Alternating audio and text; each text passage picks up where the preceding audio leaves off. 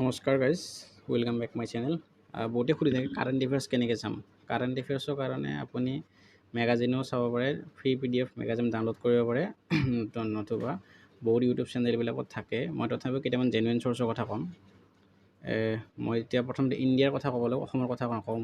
যদি মই চেণ্ট্ৰেলি কওঁ, অল ইণ্ডিয়া ভিজন IAS তাৰে নোটছখিনি আছে, সেইখিনি মেগাজিনখিনি পালে কাৰেণ্ট এফেয়াৰ্ছ অলম'ষ্ট হৈয়ে যায়। আৰু SSC বা বেংকিং ৰিলেটেড থাকিলে কিছুমান এপইণ্টমেণ্ট টাইপ কুৱেশ্যন সোধে, সেইখিনি কাৰণে আপুনি ইউটিউবত চাব, কিছুমান চেনেল আছে। বাকী মই অভাৰঅল ক'ব গ'লে ভিজন IAS বা অন্য কিছুমান মেগাজিন পাব।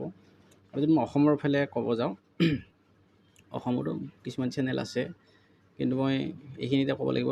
অসমৰ কথা ক'ব গ'লে মই SPM IAS একাডেমীৰ কথা ক'ম, আৰু আছে অন্যান্য কিছুমান। তথাপি মই যিখিনি জেনুইন হিচাপে পালোঁ, মই নিজেও ফ'ল' কৰোঁ SPM IAS একাডেমীত। তাতে ষ্টাডি মেটেৰিয়েল PDF পাব, আৰু ডেইলি সত্যজিত ছাৰে এনালাইজ কৰি থাকে, সেইখিনি চাব পাৰিব। আৰু তাতে কাৰেণ্ট এফেয়াৰ্ছ চালে সেনেকৈ চাব লাগে একচুৱেলি, ডেছক্ৰিপটিভলি, তেতিয়া গোটেইখিনি অভাৰঅল কনচেপ্টটো থাকে। মই এটা কথা ক'ব লাগিব কিন্তু, ধন্যবাদ SPM IAS একাডেমীক। কিছুমানে বিজনেছ কৰিলেও যিটো মানে জেনুইনিটি আৰু ট্ৰাষ্ট, সেইটো কিন্তু SPMক মানিব লাগিব। মই SPMৰ ষ্টুডেণ্ট নহয়, কিন্তু মোৰ ৰিলেটিভ ষ্টুডেণ্ট আছে। মই কিন্তু সেইখিনি ক্ষেত্ৰত SPMক কেতিয়াও নুই কৰিব নোৱাৰোঁ। যিখিনি কণ্টেণ্ট প্ৰভাইড কৰে একদম জেনুইন কণ্টেণ্ট, আৰু এনেকুৱা এটা চেনেল নাই ইণ্ডিয়াৰ ভিতৰতে মই বিচাৰি পোৱা নাই চাগে, ইমান বছৰৰ পৰা ৰেগুলাৰ কাৰেণ্ট এফেয়াৰ্ছ আনি আছে। সেইখিনি যে আপোনালোকক উপকৃত কৰিছে, তাৰ কাৰণে বহুখিনি মানুহে উপকৃত হৈছে, তাৰ কাৰণে ধন্যবাদ দিছোঁ মই। আপোনালোকে তেওঁলোকৰ অফিচত যায়ো ভিজিট কৰিব পাৰে।